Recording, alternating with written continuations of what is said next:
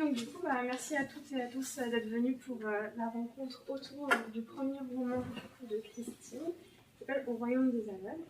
Bon, c'est pas son premier livre, parce qu'elle avait aussi écrit Embarquement pour la Chine, je ne sais pas si vous l'avez déjà lu ou eu l'occasion de le feuilleter. Et donc là, on la retrouve pour un premier roman. Donc du coup, on va commencer avec quelques questions. Et ma première question, quand j'ai lu ce roman, c'était de savoir est-ce que c'était l'idée de base de du coup ce père de famille Alex qui part en Chine avec sa fille Chloé. Il débarque dans un lycée français à Shanghai. Et donc du coup, tous les deux vont faire face à une nouvelle vie en Chine, à une nouvelle culture, un nouveau pays. Et aussi à un environnement auquel ils ne s'attendaient pas, celui des expatriés. Et donc du coup, ma première question c'est, est-ce que cette idée d'un père de famille et de sa jeune fille qui partent en Chine, c'était quelque chose qui vous trottait dans l'esprit depuis longtemps? Et combien de temps vous avez mis pour mûrir ce livre et vous mettre à l'écriture?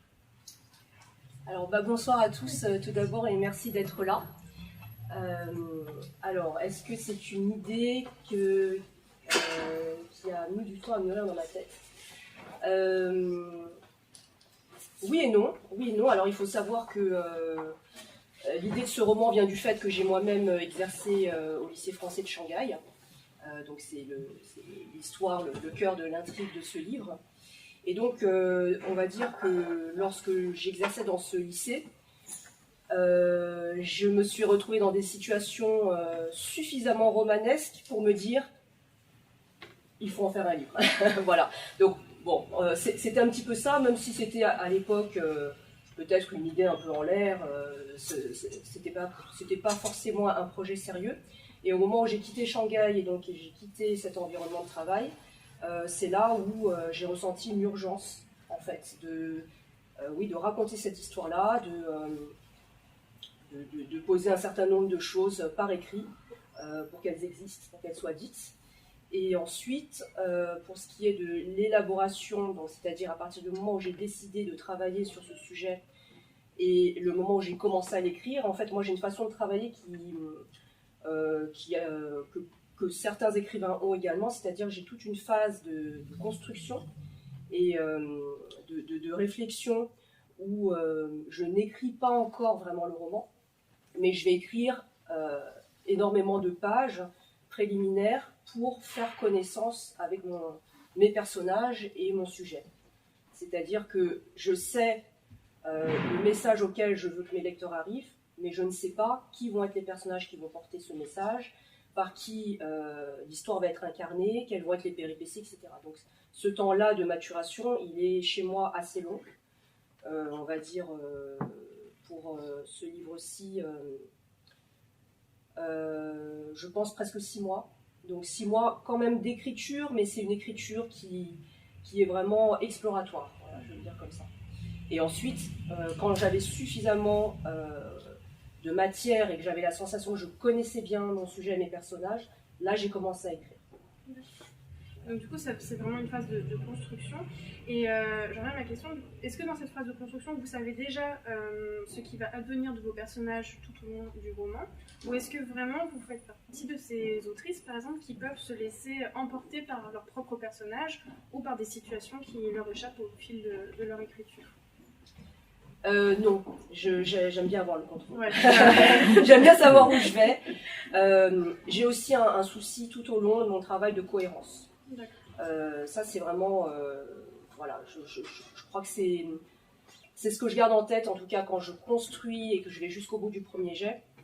C'est-à-dire j'ai un souci de cohérence, et la cohérence doit toujours se faire autour de ce message auquel je veux mener mon lecteur. Et donc je dirais que non, je me laisse pas porter dans le sens où d'un seul coup une idée me vient et je me mets à aller dans cette direction. Parfois je peux le faire, mais en me disant voyons ce que ça va donner. Et très souvent je reviens en arrière en me disant non, il faut d'abord voir si cette nouvelle direction qui n'était pas prévue est toujours en cohérence avec le fil conducteur initial. Et très souvent, je constate que des idées comme ça qui viennent ne le sont pas. En revanche, pour ce qui est des personnages, ce qui va leur arriver, je je définis leur rôle par rapport à l'histoire et par rapport toujours à ce message, mais en revanche, je ne sais pas très exactement ce qu'ils vont vivre. Donc j'essaye de trouver des idées, je les note, je les mets dans ma trame, mais il peut arriver que de nouvelles idées viennent et qui, je crois, sont simplement le résultat d'une maturation et que je ne voyais pas forcément quels pouvaient être les événements, mais ils finissent par venir à moi. D'accord. Et ce que j'ai trouvé aussi surprenant et très plaisant dans votre roman, c'est qu'on a des phrases qui sont entièrement écrites en chinois, avec vraiment du coup les idéogrammes et des traductions en notes de bas de page ou en italique. Et je voulais vous demander justement, est-ce que c'était un choix que, pareil, vous y pensiez dès le début de faire de ce roman un roman du coup qui a deux langues, ou est-ce que, pareil, c'est venu au fur et à mesure, ça a commencé à vous travailler? À vrai dire, je n'ai pas conscientisé cet aspect-là. Et c'est venu naturellement. Pour moi, c'était logique et naturel. Et puis, c'est vrai que j'ai la chance de maîtriser aussi le chinois. Et donc, c'était assez logique de mettre aussi des touches de chinois dans ce livre, puisque les personnages, donc on a des personnages français venant de France, on a des personnages chinois, locaux, on a des personnages métis aussi. Donc c'était de reproduire tout ce microcosme et d'avoir donc un panel de personnes représentatives de ce milieu. Et donc il m'a semblé naturel que certains personnages parlent chinois, puisque c'était leur langue. Et aussi, ce que je trouvais intéressant, c'est l'évolution donc, de l'enfant, la petite Chloé, qui découvre ce monde et qui elle, en fait, on voit son évolution et on voit aussi son évolution à travers la découverte de cette langue, du chinois, et de la maîtrise. Voilà, donc c'est vrai qu'au départ, je ne mettais pas forcément de notes de bas de page parce que c'était pour montrer que, pour plonger le lecteur aussi dans ce monde où là on se retrouve dans un pays dont on ne maîtrise pas la langue et essayer de recréer cette sensation-là de nouveauté. Et progressivement, de permettre aussi au lecteur de suivre quand on avait des conversations en chinois. Oui, c'est vrai que du coup, je n'avais pas fait titre, mais voilà, c'est vrai que quand vous le dites, on voit vraiment la progression de Chloé avec des petites phrases de base et aussi justement le fait qu'il n'y ait pas de notes de bas de page. Et puis au fur et à mesure du roman, on voit les progrès qu'elle fait et aussi à quel point du coup elle s'intègre totalement en fait au milieu dans lequel elle vit et avec plaisir, donc c'est assez intéressant. Et pour ce qui est justement de l'intrigue, du coup, on est face à ce professeur Alex qui débarque au lycée du coup pour donner des cours de littérature et qui fait face à des élèves qui ne prennent pas plaisir à lire, ne savent à peine lire pour certains et clairement n'en ont rien à faire des cours à l'école ou en tout cas pas en Chine. Et il fait face vraiment à une incompréhension. Lui, c'est sa première affectation dans un lycée, donc il est aussi rempli de plein de courage, d'espoir de donner un petit peu de son savoir à des élèves et de peut-être les aider dans la vie future. Et patatras, rien ne se passe comme prévu. Et en plus, à côté, il doit aussi s'occuper tout seul de sa petite fille dans ce nouveau monde qu'il découvre. Et ce que j'ai beaucoup aimé aussi, c'est que du coup, ils sont souvent dans Shanghai, ils marchent beaucoup, ils découvrent la ville. Et c'est vrai que forcément, on a la sensation que vous connaissez très bien Shanghai, que voilà, vous maîtrisez parfaitement le décor et les errances au sein de cette ville. Jusqu'à quel point, vous avez dit aussi que vous avez été professeur là-bas, jusqu'à quel point votre expérience sur place vous a vraiment influencé pour ce roman, aussi bien dans les personnages que justement dans comment placer son décor et faire évoluer ces personnages dedans. Alors, j'ai pas été professeur, oui, je précise simplement, parce que du coup, ça a été une difficulté supplémentaire, puisque mon personnage principal est professeur. Donc moi, j'ai été documentaliste, bibliothécaire. Mais oui, ce livre, le sujet, c'est donc ce lycée, ce microcosme de cette communauté expatriée au sein de Shanghai. Mais très vite, c'est devenu aussi pour moi une opportunité de rendre hommage à Shanghai, qui est une ville, dès que j'en parle, je ressens de l'émotion parce que c'est une ville qui m'a construite, où j'ai vécu 13 ans de ma vie, des années assez importantes, à laquelle je dois beaucoup, où j'ai vécu énormément de choses, où j'ai pu, me mettre sur cette voie que j'ai choisie de l'écriture aussi. Donc, Shanghai, j'ai vécu énormément de choses et je voulais, de choses importantes et belles, je voulais que ce soit une opportunité de rendre hommage à cette ville. Voilà. Donc cet aspect-là était très important aussi pour moi, d'où le décor, où on est à la fois donc, dans ce lycée, mais on a aussi donc, des promenades des personnages dans la ville. Donc c'est vrai que j'ai mis énormément de moi sur cet aspect-là. Et je tenais à ce que ce soit aussi un Shanghai qui n'est pas que celui qu'on peut décrire d'un point de vue touristique ou expatrié, mais le côté vraiment très humain que j'ai pu moi percevoir par chance parce que peut-être de par mes origines, les Chinois m'approchaient différemment que comme une étrangère. Et vraiment, j'ai ressenti que la Chine, si on sait la respecter et qu'on s'y intéresse, elle nous ouvre les bras, vraiment. Et ça, voilà, j'avais vraiment envie de rendre ça, peut-être aussi pour contrebalancer un autre discours qu'on entend beaucoup en Occident. Donc de ce point de vue-là, oui, toutes ces scènes où on est dans le Shanghai, c'est mon Shanghai à moi, oui. Et justement, votre expérience dans ce lycée en tant que documentaliste bibliothécaire, qu'est-ce que ça a pu vous apporter pour vous faire découvrir un petit peu le... Est-ce que c'est aussi horrible que dans le roman ou Alors, on ne va pas spoiler l'histoire. Je crois que le propre de l'écrivain, c'est d'aller chercher justement les situations, les personnages qui ont un côté très romanesque, où on se dit, mais là, ce que je suis en train de voir ou de vivre, la réalité dépasse la fiction. Voilà. Et donc, peut-être que ça aurait été un autre environnement, ça aurait été la même chose. Bon, là, il se trouve que c'est celui-ci. Il se trouve qu'il se passe énormément de choses qui sont plutôt méconnues, on va dire ça comme ça. Et qu'on essaye aussi de garder bien tapis.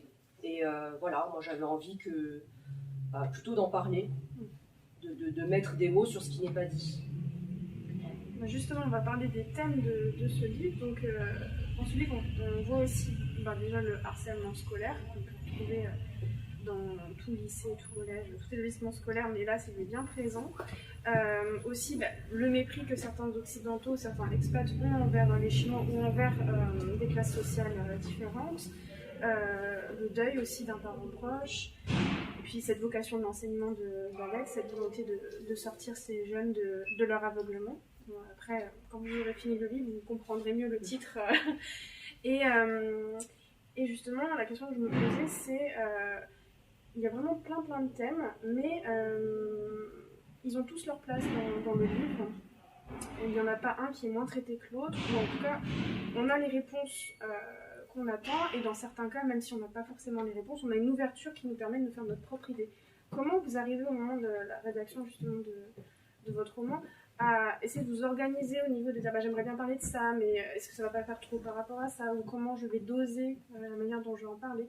Comment vous construisez vraiment ce... Oui, c'est là où la construction est primordiale selon moi quand on écrit un roman. C'est que donc moi je pars d'un message, voilà, qu'est-ce que j'ai envie de transmettre à mon lecteur, et ensuite qui vont être les personnages qui vont incarner ce message. Et je fais un travail monstrueux en fait autour des personnages. Pour moi, les personnages sont vraiment le cœur doivent être le cœur du roman, doivent vraiment porter une humanité. J'essaye de les rendre le plus, comment dirais-je, ils ont chacun un rôle précis par rapport à l'histoire et toujours la thématique principale, mais j'essaye de faire ressortir donc leur humanité, de les rendre assez universels. Et donc, vraiment, quand je dis que je fais connaissance avec eux, c'est j'essaye de tout savoir sur eux. Donc, je ne me contente pas de Alex, qui est-il en tant que professeur dans ce lycée de Shanghai, mais Alex, je sais quelle est sa vie depuis qu'il est né, même si j'en parle à partir de l'âge de 37 ans. Donc, je me pose tout un tas de questions. Qui est-il? Qu'a-t-il vécu pour qu'au moment où commence le livre, c'est l'individu qu'on rencontre? Voilà. Donc là-dessus, je fais vraiment comme un travail de biographe, mais qui est fictif. Et c'est là où je leur donne un certain nombre d'attributs, où effectivement, j'ai décidé que ce personnage-là était marqué par le deuil. Si vous voulez, c'est d'abord dans ce sens-là.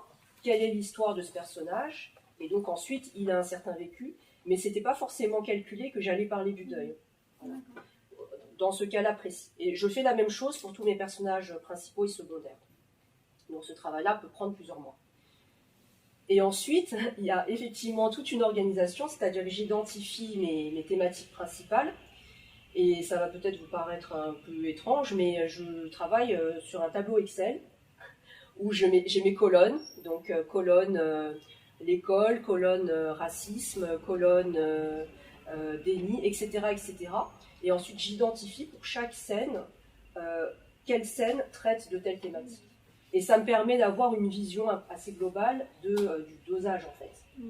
Voilà. Et donc là, je me dis, bon, bah, ce thème-là est très important pour moi, c'est celui-ci que je veux mettre en avant, donc je veux qu'il occupe, je ne sais pas, 50% du livre. C'est assez mathématique, en fait, ça peut paraître bizarre, mais si je ne fais pas ça, en tout cas moi, je ne sais pas comment font les autres auteurs, en fait, il y a tellement de choses à penser, effectivement, dans un roman, qu'on perd vite une vision globale. Et donc, j'avais besoin d'avoir cet outil-là, pour toujours avoir ce contrôle et me dire, bon, bah là, on est bon en termes de dosage, on continue. Mais il est vrai que pour certaines thématiques, notamment le deuil, j'y ai pas du tout pensé, en fait, c'était inconscient. Ça vient parce que c'est porté par les personnages. Et du coup, je pense qu'il y a une cohérence qui se met en place naturellement, parce que voilà, ça appartient aux personnages. D'accord.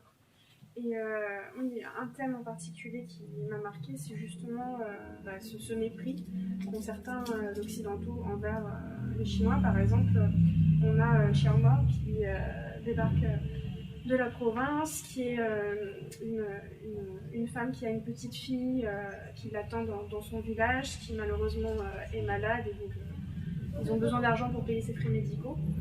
Et elle est femme de ménage dans cet établissement, justement, où elle n'est pas du tout respectée en tant qu'être humain. On la pousse dans les couloirs pour avoir accès au miroir. On lui aboie dessus en français, bien sûr, parce qu'il y a aussi beaucoup d'humour dans votre nom. Parce que, comme vous le dites, les Français s'attendent à ce que tous les Chinois parlent français quand ils arrivent en Chine. Donc voilà, il y a vraiment tout ce côté-là qui est très bien traité et dont on ne parle pas souvent on arrive en tant qu'expatrié avec certains privilèges et on s'attend à ce que tout soit fait comme en France en fait, alors qu'on n'est pas en France, on est dans un autre pays. Et donc, justement, est-ce que vous avez assisté à certains comportements de ce genre-là qui vous ont justement dit un jour j'en parlerai parce que il faut en parler? Oui. Bon, alors il faut préciser quand même qu'effectivement, ce sont des comportements qui concernent une certaine partie de la communauté expatriée. Heureusement, tout le monde n'agit pas comme ça. Beaucoup sont quand même curieux de la Chine et essaient de la comprendre. Est-ce que j'ai assisté à... Oui, j'ai même été victime de ça, parce que comme je l'ai dit, de par mon faciès, effectivement, en Chine, je ne suis pas étrangère, n'est-ce pas ? Et du coup, j'ai été moi-même victime de situations très cocasses, on va dire ça comme ça, de manière positive, où oui, même d'un mouvement de la main, on me dit « mais dégage, t'as rien à faire ici », parce qu'on me prend pour un agent de service aussi. Voilà. Et bon, des situations comme ça où j'avais envie que l'étranger en Chine se rende compte de certains comportements, donc disons que c'était aussi, ça faisait partie du package de ce lycée que j'avais envie de raconter. C'était pas forcément ce sujet-là en particulier que j'avais envie de mettre en avant. Oui, c'est pas vraiment une volonté de départ, mais ça faisait partie du lot, quoi. Ouais.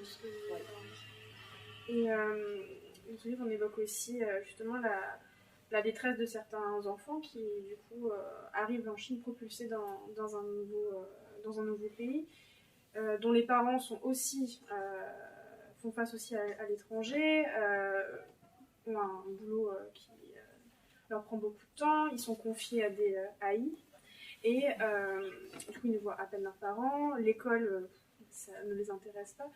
Est-ce que c'est vraiment lié, est-ce que c'est des comportements que vous avez pu voir en tant que documentaliste d'enfants qui sont un peu perdus, dont l'école n'est pas un repère, la Chine n'est pas un repère, leurs parents ne sont plus des repères. Est-ce que vous avez pu assister à certains comportements comme ça? Et est-ce que c'est quelque chose aussi que vous voulez mettre en avant, voilà, la détresse de certains enfants qui ne s'acclimatent pas parce qu'on ne leur donne pas forcément les outils ou la compréhension d'un pays pour pouvoir le faire?